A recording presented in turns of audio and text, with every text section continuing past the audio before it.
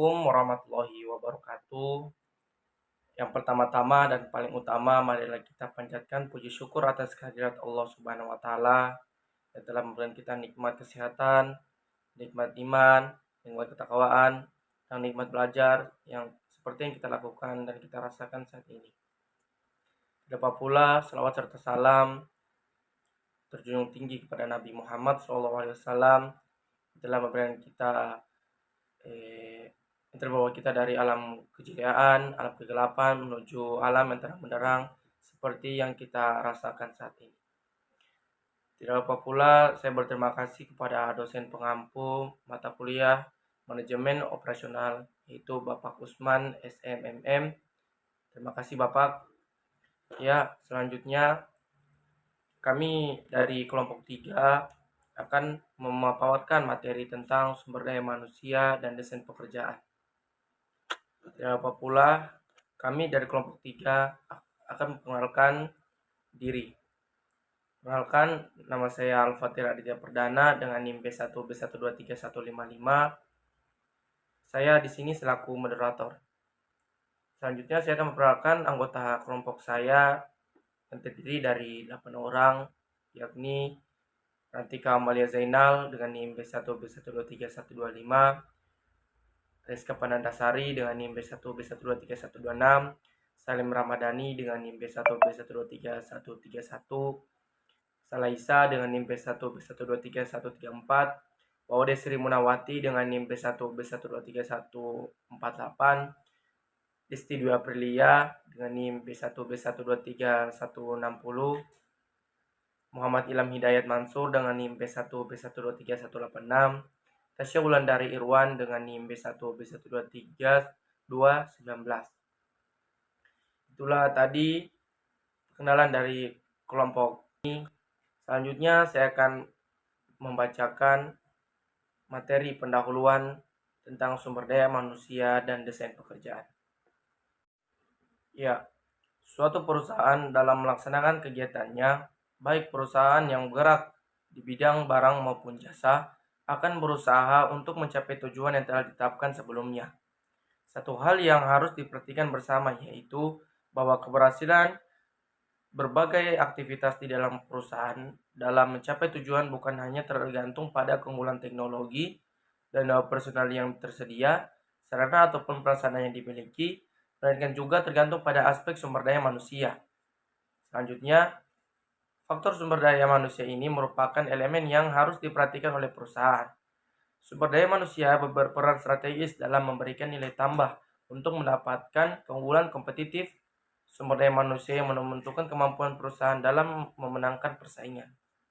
Sekian dari saya persilakan kepada anggota kelompok saya untuk melanjutkan materi selanjutnya. Baik, perkenalkan nama saya Muhammad Ilham Hidayat Mansur dengan NIM B1B1231186. Baik, saya akan menjelaskan materi tentang pentingnya sumber daya manusia. Sumber daya manusia ini merupakan elemen utama dalam keberhasilan sebuah organisasi. Sumber daya manusia bukan hanya pelaksana tugas, tetapi juga merupakan aset strategis yang mampu memberikan nilai tambah bagi organisasi. Dalam menghadapi persaingan semakin ketat, perusahaan perlu memastikan pengelolaan sumber daya manusia dilakukan secara efektif untuk meningkatkan produktivitas, kepuasan kerja, dan inovasi. Perencanaan tenaga kerja. Perencanaan tenaga kerja adalah proses sistematis yang bertujuan untuk memastikan ketersediaan tenaga kerja yang sesuai dengan kebutuhan organisasi, baik dari segi jumlah, keterampilan, maupun distribusi waktu. Perencanaan ketenaga kerja ini memiliki dua unsur. Yang pertama itu kebijakan stabilitas tenaga kerja. Kebijakan stabilitas tenaga kerja adalah langkah atau strategi yang diambil perusahaan untuk menjaga keberlanjutan dan konsistensi tenaga kerja dalam jangka panjang. Tujuannya ini adalah meminimalkan fluktuasi tenaga kerja seperti turnover karyawan yang tinggi dengan memastikan bahwa karyawan tetap termotivasi, merasa aman, dan terikat pada perusahaan. Dan yang kedua itu penjadwalan kerja. Penjadwalan kerja adalah proses merancang dan mengatur waktu kerja karyawan untuk memastikan efisiensi operasional dan memenuhi kebutuhan bisnis. Penjadwalan yang efektif mempertimbangkan kapasitas tenaga kerja, kebutuhan operasional, dan peraturan ketenagakerjaan. Selanjutnya itu desain pekerjaan. Desain pekerjaan adalah proses pengorganisasian tugas, tanggung jawab, dan alur kerja dalam suatu pekerjaan untuk mencapai efisiensi operasional sekaligus meningkatkan kesejahteraan karyawan. Desain pekerjaan ini memiliki 7 unsur. Yang pertama itu spesialisasi tenaga kerja. Spesialisasi tenaga kerja adalah pembagian tugas dalam suatu organisasi berdasarkan keahlian atau kompetensi tertentu. Tujuannya ini yaitu meningkatkan efisiensi dan produktivitas dengan memungkinkan karyawan fokus pada bidang yang mereka kuasai. Dan yang kedua itu perluasan pekerjaan. Perluasan pekerjaan ini adalah strategi yang melibatkan penambahan jumlah tugas atau tanggung jawab pada pekerjaan seseorang tanpa mengubah tingkat tanggung jawab atau kompleksitasnya. Dan yang ketiga itu unsur kejiwaan. Unsur kejiwaan ini adalah aspek psikologis yang memengaruhi cara kerja, produktivitas, dan kesejahteraan karyawan. Psikologi kerja menjadi sangat penting karena faktor kejiwaan seringkali menentukan apakah seorang karyawan merasa nyaman dan termotivasi di tempat kerja. Dan yang keempat itu kelompok kerja yang mandiri. Kelompok kerja yang mandiri adalah tim yang diberi tanggung jawab penuh untuk mengelola pekerjaan mereka tanpa pengawasan langsung. Tim ini biasanya terdiri dari individu dengan keterampilan yang beragam, bekerja sama untuk mencapai tujuan bersama. Dan yang kelima itu motivasi dan sistem insentif. Motivasi adalah dorongan yang membuat seseorang bekerja untuk mencapai tujuan tertentu. Sedangkan sistem insentif digunakan perusahaan untuk meningkatkan motivasi karyawan melalui penghargaan baik finansial maupun non-finansial. Dan yang keenam itu ergonomis dan metode kerja. Ergonomis adalah ilmu yang mempelajari bagaimana mendesain tempat kerja dan alat kerja agar sesuai dengan kebutuhan. Dan yang terakhir itu atau yang ketujuh itu lingkungan kerja. Lingkungan kerja ini mencakup semua faktor fisik, sosial, dan psikologis yang memengaruhi karyawan di tempat kerja. Lingkungan kerja yang baik dapat meningkatkan produktivitas, kepuasan, dan kesejahteraan. Bismillahirrahmanirrahim. Assalamualaikum warahmatullahi wabarakatuh. Perkenalkan, nama saya Tasya Wulandari Irawan dengan standbook B1 B1233219. Di sini saya akan membahas mengenai visual workplace. Visual workplace adalah konsep yang mengintegrasikan elemen visual dalam lingkungan kerja untuk meningkatkan efisiensi, komunikasi, dan keamanan kerja.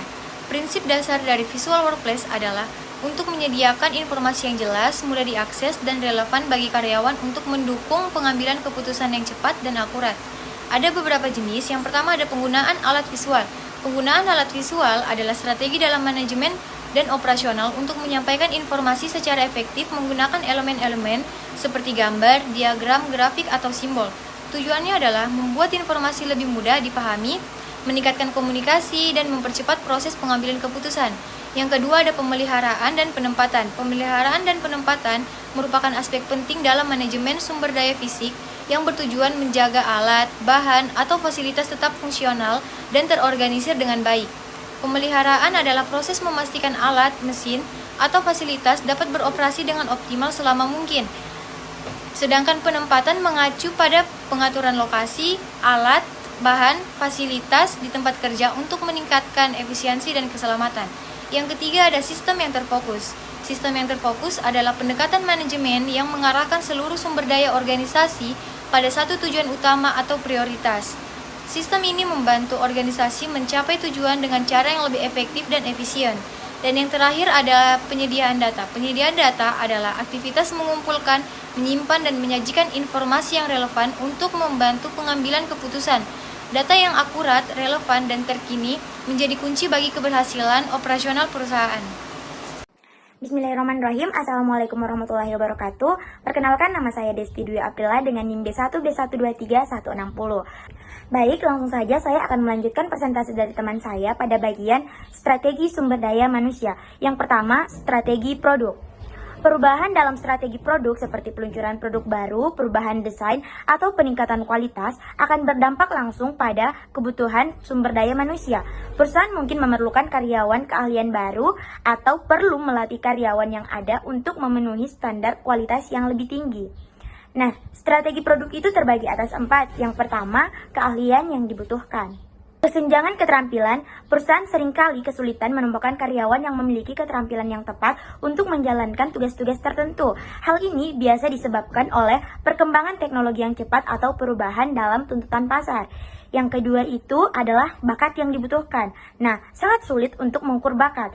Bakat seperti kreativitas, kepemimpinan, atau kemampuan beradaptasi sulit diukur secara objektif. Hal ini membuat proses seleksi menjadi lebih kompleks dan bergantung pada penilaian subjektif. Yang ketiga itu ada material yang digunakan. Keterbatasan sumber daya. Ketersediaan material yang berkualitas dan berkelanjutan dapat menjadi kendala dalam produksi. Hal ini bisa disebabkan oleh faktor-faktor seperti perubahan iklim, konflik geopolitik, atau kebijakan pemerintah. Dan yang terakhir itu ada keamanan. Resiko kecelakaan kerja. Lingkungan kerja yang tidak aman dapat menyebabkan kecelakaan kerja yang berdampak pada kesehatan dan keselamatan karyawan serta mengganggu produktivitas. Baik, setelah strategi produk, yang kedua itu ada penjadwalan. Penjadwalan yang efektif sangat penting untuk memastikan kelancaran operasional. Namun, perubahan dalam permintaan produk, ketidakhadiran karyawan, atau masalah teknis yang dapat mengganggu jadwal yang telah ditetapkan. Hal ini dapat menyebabkan stres pada karyawan, penurunan produktivitas, dan bahkan konflik antar departemen. Nah, penjadwalan ini terbagi atas 3, yaitu yang pertama, hari. Hari di mana fluktuasi beban kerja. Kebutuhan akan tenaga kerja seringkali bervariasi sepanjang hari. Misalnya, industri jasa seperti restoran atau hotel memiliki puncak aktivitas pada jam-jam tertentu. Fluktuasi ini dapat menyulitkan dalam penjadwalan kerja dan dapat menyebabkan kelelahan karyawan. Yang kedua itu ada tahun, yaitu musiman, di mana permintaan musiman, beberapa industri ini mengalami fluktuasi permintaan yang signifikan sepanjang tahun. Misalnya industri pariwisata cenderung lebih sibuk pada musim liburan. Ini dapat menyebabkan kebutuhan akan tenaga kerja yang tidak stabil. Dan yang terakhir itu ada stabilitas, di mana kondisi ekonomi. Perubahan kondisi ekonomi secara global atau nasional dapat mempengaruhi stabilitas bisnis dan kebutuhan akan tenaga kerja. Resesi ekonomi misalnya dapat memaksa perusahaan untuk melakukan pengurangan tenaga kerja. Nah, bagaimana faktor-faktor di atas dapat menjadi hambatan dalam strategi SDM? Yang pertama, kesulitan dalam perencanaan. Fluktuasi permintaan dan ketidakstabilan lingkungan dalam bisnis membuat perencanaan jangka panjang menjadi sulit. Yang kedua, biaya operasional yang tinggi. Mengatasi fluktuasi tenaga kerja seperti membayar lembur atau merekrut karyawan sementara dapat meningkatkan biaya operasional. Kemudian, turnover karyawan. Ketidakstabilan pekerjaan dan kurangnya kepastian masa depan dapat menyebabkan tingkat turnover karyawan yang tinggi. Kemudian ada motivasi karyawan. Karyawan yang bekerja dalam kondisi yang tidak stabil cenderung memiliki motivasi yang rendah dan produktivitas yang menurun. Nah, itu tadi faktor yang dapat menjadi hambatan dalam strategi SDM. Kemudian, cara mengatasi hambatan atau strategi mengatasi hambatan. Yang pertama itu ada fleksibilitas jadwal, di mana kita memberikan fleksibilitas dalam jadwal kerja dapat membantu mengakomodasi kebutuhan karyawan dan perusahaan. Yang kedua, tenaga kerja sementara. Menggunakan tenaga kerja sementara atau paruh waktu dapat membantu mengatasi fluktuasi permintaan musiman. Yang ketiga, pelatihan dan pengembangan. Melakukan pelatihan dan pengembangan secara berkala dapat membantu karyawan untuk memiliki keterampilan yang relevan dan siap menghadapi perubahan. Dan yang terakhir itu komunikasi yang efektif, di mana komunikasi yang terbuka dan jujur dengan karyawan dapat membantu membangun kepercayaan dan mengurangi ketidakpastian. Baik, itulah tadi pemaparan singkat dari saya mengenai strategi sumber daya manusia, yaitu strategi produk dan penjadwalan. Terima kasih. Billahi taufiq wal hidayah. Wassalamualaikum warahmatullahi wabarakatuh. Perkenalkan, nama saya Salaisa dengan NIM B1B12314. Materi selanjutnya adalah strategi lokasi.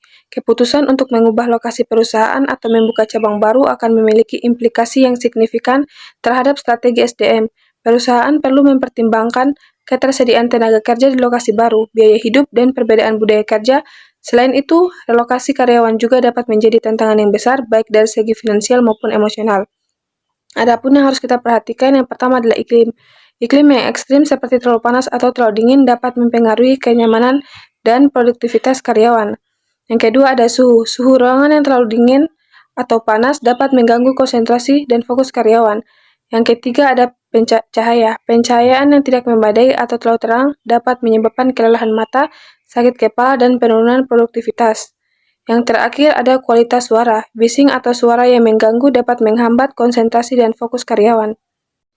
Selanjutnya, bagaimana faktor-faktor tersebut menjadi hambatan dalam strategi SDM? Yang pertama ada kesehatan dan keselamatan kerja. Kondisi lingkungan kerja yang buruk dapat meningkatkan risiko kecelakaan kerja dan penyakit akibat kerja. Yang kedua, produktivitas. Lingkungan kerja yang tidak nyaman dapat menurunkan produktivitas karyawan. Yang ketiga, ada kepuasan kerja. Karyawan yang bekerja dalam lingkungan yang tidak nyaman cenderung kurang puas dengan pekerjaan mereka dan memiliki tingkat turnover yang tinggi. Yang keempat, ada rekrutmen dan retensi. Perusahaan yang memiliki lingkungan kerja yang buruk akan kesulitan menarik dan mempertahankan karyawan berkualitas. Strategi mengatasi hambatan-hambatan tersebut. Yang pertama ada desain ruangan kerja.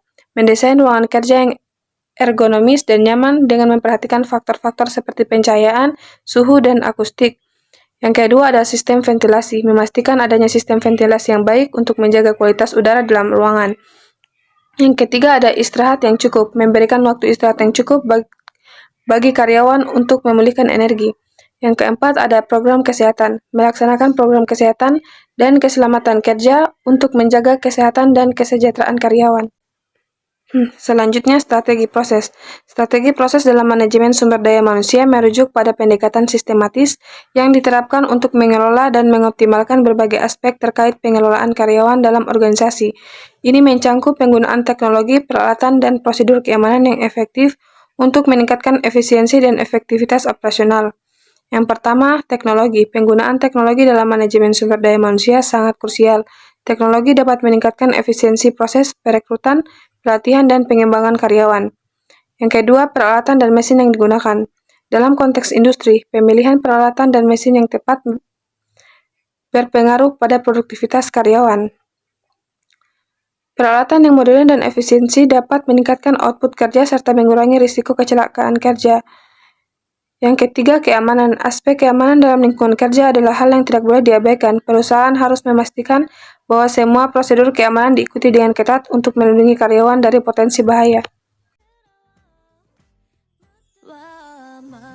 Bismillahirrahmanirrahim. Assalamualaikum warahmatullahi wabarakatuh.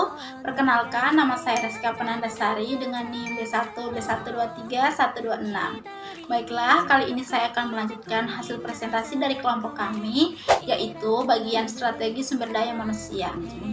Baiklah, kali ini saya akan melanjutkan beberapa bagian strategi sumber daya manusia. Nah, yaitu perbedaan perorangan. Perbedaan perorangan dalam konteks manajemen sumber daya manusia ini merujuk pada variasi karakteristik dan kemampuan individu yang mempengaruhi bagaimana mereka berkontribusi dalam organisasi. Nah, dari penjelasan tersebut ada beberapa penjelasan mendalam mengenai perbedaan perorangan ini. Yang pertama itu ada kekuatan dan kelemahan. Setiap individu memiliki kekuatan dan kelemahan yang berbeda-beda. Dalam konteks sumber daya manusia, penting untuk melakukan analisis individu untuk memahami potensi masing-masing karyawan. Analisis ini dapat dilakukan melalui penilaian kinerja dan umpan balik dari karyawan kerja serta atasan. Yang kedua yaitu proses dan penanganan informasi. Kemampuan individu dalam memproses informasi juga bervariasi. Beberapa karyawan mungkin lebih cepat dalam menganalisis data, sementara yang lain lebih baik dalam berkomunikasi atau bekerja dalam tim. Mengidentifikasi cara terbaik untuk menangani informasi berdasarkan kemampuan individu dapat meningkatkan efisiensi tim yang keseluruhan. Selanjutnya ada strategi tata letak atau sering disebut dengan layout strategi. Layout strategi ini merujuk pada keputusan penting yang diambil oleh perusahaan terkait penempatan fisik sumber daya termasuk mesin, peralatan, dan ruang kerja dalam rangka mendukung efisiensi sumber operasional dan mencapai tujuan bisnis. Berikut ini ada beberapa penjelasan yang lebih lanjut mengenai strategi tata letak. Yang pertama itu ada posisi tetap, di mana penempatan posisi tetap bagi karyawan harus dilakukan dengan mempertimbangkan faktor-faktor seperti fungsi pekerjaan dan interaksi antara tim. Yang kedua ini ada proses. Proses pekerjaan harus dirancang sedemikian rupa agar alur kerja menjadi lebih efisien. Yang ketiga, ada sel kerja. Membentuk sel kerja atau tim kecil dapat meningkatkan produktivitas dengan memfokuskan perhatian pada proyek tertentu. Yang terakhir ada produk. Tata letak juga harus mempertimbangkan produk atau layanan yang dihasilkan oleh perusahaan. Baik, mungkin itu saja yang dapat saya presentasikan. Apabila banyak kurangnya dan bicara saya kurang jelas, mohon dimaafkan. Presentasi selanjutnya akan saya serahkan kepada rekan saya. Akhiri dengan ucapan wabillahi taufiq wal hidayah. Wassalamualaikum warahmatullahi wabarakatuh. Baik, sebelumnya perkenalkan nama saya Waode Sri Munawati dengan NIM B1B1231148. Saya akan melanjutkan pemaparan materi mengenai standar tenaga kerja. Dalam menentukan tujuan standar tenaga kerja, kita dapat memerhatikan berbagai aspek penting dalam manajemen sumber daya manusia dan operasional perusahaan. Berikut adalah penjelasan tujuan dari masing-masing aspek. Yang pertama ada aspek kandungan tenaga kerja atau biaya tenaga kerja, di mana tujuannya untuk menentukan total biaya tenaga kerja yang diperlukan dalam proses produksi. Yang kedua untuk mengontrol anggaran tenaga kerja untuk meningkatkan profitabilitas. Yang ketiga, menghindari biaya tenaga kerja yang berlebihan dengan memperkirakan kebutuhan secara akurat. Yang kedua ada aspek kebutuhan penugasan staf organisasi, di mana tujuannya untuk menentukan jumlah staf yang sesuai dengan beban kerja dan kompleksitas tugas. Yang kedua untuk menyelaraskan tugas dengan keterampilan individu untuk memastikan penggunaan tenaga kerja yang optimal, dan juga menghindari kekurangan atau kelebihan tenaga kerja yang dapat memengaruhi produktivitas dan biaya operasional.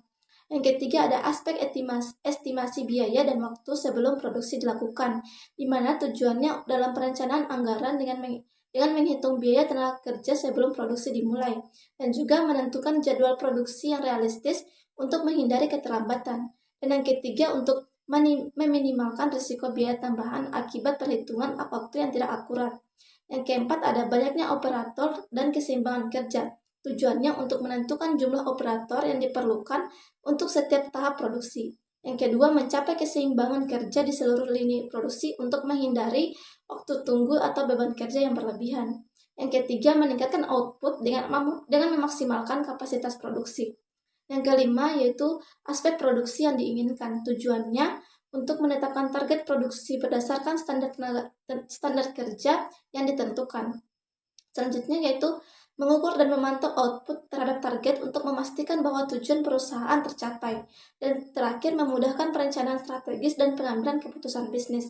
Keenam, aspek dasar dari rencana upah. Tujuannya untuk menentukan skala upah yang adil berdasarkan tingkat kesulitan, waktu kerja, dan standar kinerja. Dan juga menciptakan transparansi dalam pembayaran upah untuk mengurangi potensi perselisihan tenaga kerja. Dan yang ketujuh ada aspek efisiensi karyawan dan penyediaan. Tujuannya mengukur produktivitas individu dan tim sesuai dengan standar yang telah ditetapkan. Selanjutnya ada tujuannya mengidentifikasi karyawan yang membutuhkan pelatihan atau pengembangan keterampilan. Yang ketiga, mendorong budaya kerja yang produktif dan kompetitif di lingkungan kerja. Dan yang keempat itu memudahkan penyelia dalam mengawasi kinerja karyawan dengan standar yang jelas. Dan terakhir, yaitu untuk memberikan panduan kerja yang terstruktur untuk mengurangi potensi kesalahan.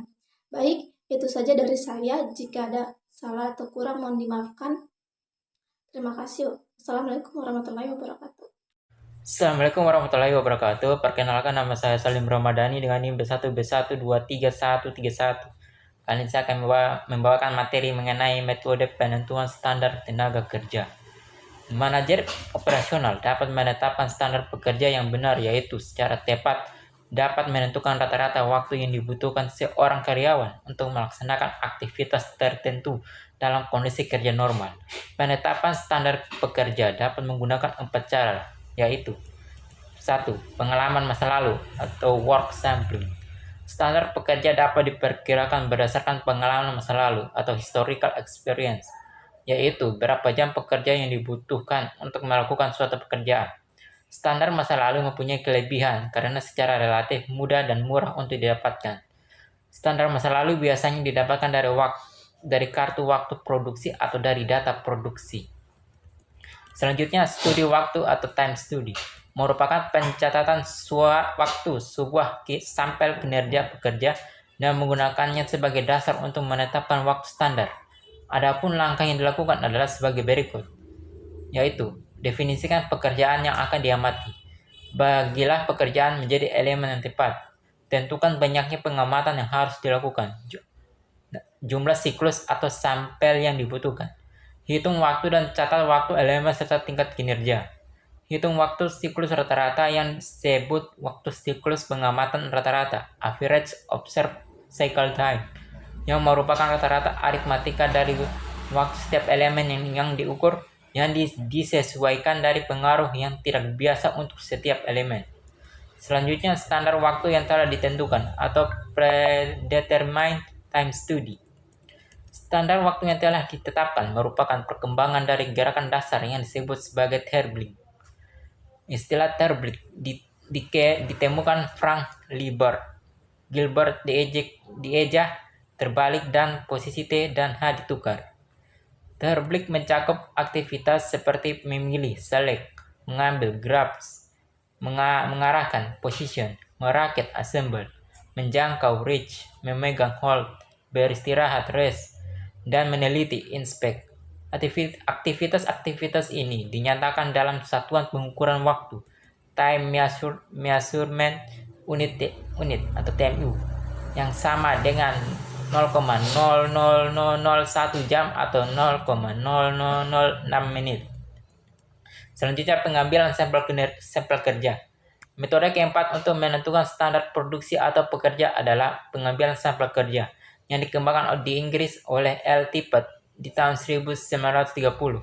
Pengambilan sampel kerja memperkirakan presentasi waktu yang dihabiskan oleh seorang pekerja pada beragam pekerjaannya. Hasilnya terutama digunakan untuk menentukan bagaimana karyawan mengalokasikan waktu mereka di antara beragam aktivitas. Jika pengambilan sampel kerja ini dilakukan untuk menetapkan kelonggaran keterlambatan, metode ini sering disebut sebagai penelitian rasio keterlambatan atau rasio delay study. Sekian dari saya, terima kasih. Baik, perkenalkan nama saya Rantika Amalia Zainal dengan NIM B1B123-125. Saya akan melanjutkan materi tentang 6 kendala dalam pentingnya sumber daya manusia. Yang pertama ada bauran produk. Kendala dalam pentingnya sumber daya manusia terkait strategi bauran produk mencangkup yang pertama ada analisis pasar. Pentingnya analisis pasar untuk memastikan ide produk sesuai kebutuhan dan preferensi konsumen. Yang kedua ada spesifikasi produk. Tantangan dalam menentukan karakteristik dan kinerja produk yang tepat. Yang ketiga ada penentuan target pasar. Kesulitan dalam menetapkan strategi pemasaran dan posisi produk yang efektif. Strategi bauran produk yang tepat dapat meningkatkan volume penjualan dan laba perusahaan. Namun, kendala utama adalah kemampuan sumber daya manusia dalam menyesuaikan strategi dengan perubahan lingkungan, baik internal maupun eksternal, untuk memenuhi kebutuhan konsumen. Yang kedua ada teknologi.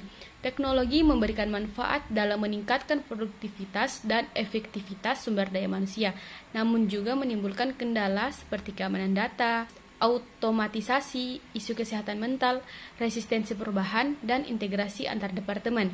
Organisasi perlu mengadopsi pendekatan holistik untuk mengatasi tantangan ini. Yang ketiga ada peralatan. Kendala peralatan dalam sumber daya manusia meliputi keterbatasan infrastruktur, kurangnya perangkat lunak yang memadai, minimnya pelatihan karyawan, dan masalah komunikasi antar sistem. Hal ini dapat menghambat efisiensi rekrutmen, pelatihan, evaluasi, serta pengambilan keputusan yang tepat. Yang keempat, ada proses.